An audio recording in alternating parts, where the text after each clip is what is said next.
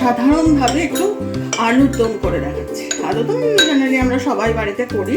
এটা একটু একটা নতুন কিছু উপাদান দিয়ে এটা চেহারাটা আমি একটু অন্যরকম বানাবো, আর কিছুই না। তেলটা আমি গরম করে নেব।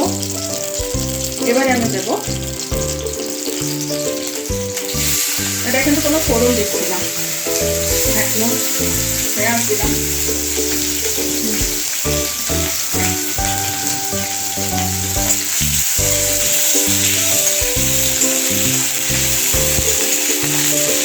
তেল কিন্তু 10 সামান্য। এইসব রান্নাগুলো একদম ঘরোয়া রান্না, তেল খুব কম লাগছে।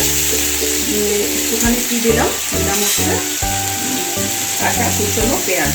এবার আমি কি দেবো, এবার আমি দেবো এটার মধ্যে আমার বাটা আছে রসুন, 3টে পেঁয়াজ, এটা আপনাদের সুবিধা মতো আপনারা দেবেন, পেঁয়াজ রসুন আর কাঁচা লঙ্কা, আদা নেই।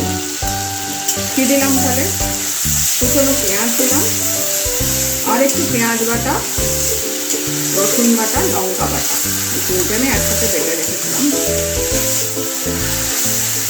যতটুকু আলু আছে মনে হচ্ছে এটাতে হয়ে যাবে, এটা আমি ফ্রিজে রেখে দেবো, আমার অন্য কোনো রান্নায় এই বাটাটা লেগে যাবে। তাই একটা কন্টেনারে আমি বাকিটা রেখে দেবো। এটাকে আমি একটুখানি কষিয়ে নেব।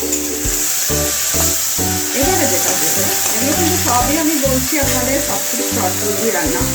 আমি আলাদা করে আলু কিন্তু ভাজিনি, আমি হালকা করে সিদ্ধ করে নিয়েছি আলুগুলো, হালকা, বেশি না, হালকা আলুগুলো আমি সিদ্ধ করে রেখেছিলাম।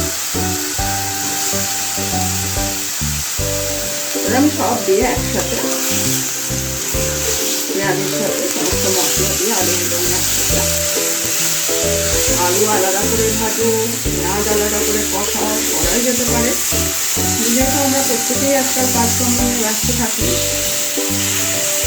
সহজে এবার আমি নেক্সট উপাদানটা আমার মনে হচ্ছে একটু তেল হলে ভালো হয়। সামান্য একটু 1 চামচ মতো তেল মিশালাম। এবার যেটা মেশাবো, আমি 1 চামচ কাঁচা বাদাম বাটা করে রেখেছিলাম। এই কাঁচা বাদাম বাটাটা অসম্ভব সুন্দর টেস্ট আনবে। এই দেখুন, দিয়ে দিলাম সমস্ত মশলার সাথে আমি কাঁচা বাদাম বাটাটা ভালো করে এবার কষাবো। এটাকে কিন্তু একটু সময় ধরে, কাঁচা বাদামের একটা গন্ধ থাকে নিজস্ব, ওই গন্ধটাও চলে যাবে, আর অদ্ভুত সুন্দর একটা টেস্ট আসবে। একটু সিমে করে দিলাম গ্যাসটা, একটু সময় ধরে এটাকে কষিয়ে আমি ফিরত আসছি। আমার কিন্তু সমস্ত মশলা কষানো হয়ে গেছে ভালো করে। এবার আমি 8 চামচ ধনে, 8 চামচ হলুদ মিলিয়ে এই 1 চামচ একটু জলে মিশিয়ে রেখেছিলাম যাতে মশলাটা পুড়ে না যায়। 8 চামচ ধনে দিয়েছি, 8 চামচ হলুদ। কতটা আলু আপনারা দেবেন তার উপর, আমি যতটুকু আলু দিয়েছি আমার এটা যথেষ্ট। এবারে আমি যেটা দেবো সেটা হচ্ছে একটু লবণ আর দেবো বেশ খানিকটা মিষ্টি, এটা একটু মিষ্টি মিষ্টি হবে। আর দেবো সামান্য একটু গোলমরিচ।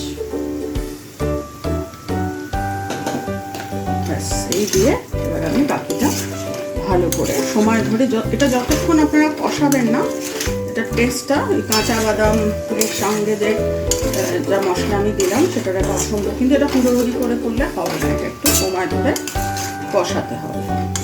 আমার পুরো রান্না কিন্তু শেষ হয়ে গেছে, আলুর দম কমপ্লিট। খালি এটা আমি এখন চাপা ঢাকা দিয়ে আমি কষাবো, কষিয়ে আমি নামাবো। 1 চামচ ঘি এটাকে দেওয়া যেতে পারে। আমার রান্না কিন্তু কমপ্লিট। কেমন লাগলো এই আলুর দম আপনারা আমাকে জানান, কমেন্ট করুন, আমার চ্যানেলটা সাবস্ক্রাইব করুন। খুব সহজ পদ্ধতিতে আমি চেষ্টা করছি রান্নাগুলো দেখানোর।